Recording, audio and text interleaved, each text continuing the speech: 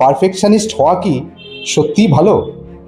অনেকেই মনে করেন পারফেকশনিস্ট হলেই সফল হওয়া যায়, কিন্তু বাস্তবতা সবসময় এমন নয়। পারফেকশনিস্ট মানুষ প্রায়ই ভাবেন একদম নিখুঁত না হলে এই কাজটা করা যাবে না। এই চাপেই তাদের কাজ শুরু করতে দেরি করায়, অকারণে চাপ বাড়ায় আর নিজের আত্মবিশ্বাস কমিয়ে দেয়।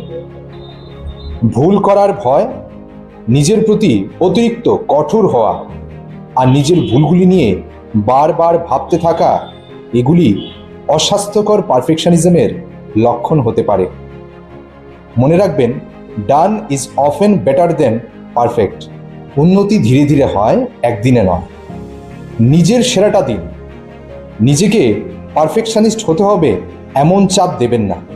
মনে রাখবেন, মানসিক সুস্থতার জন্য প্রগতি অথবা প্রোগ্রেসই পারফেকশনের চেয়ে বেশি গুরুত্বপূর্ণ।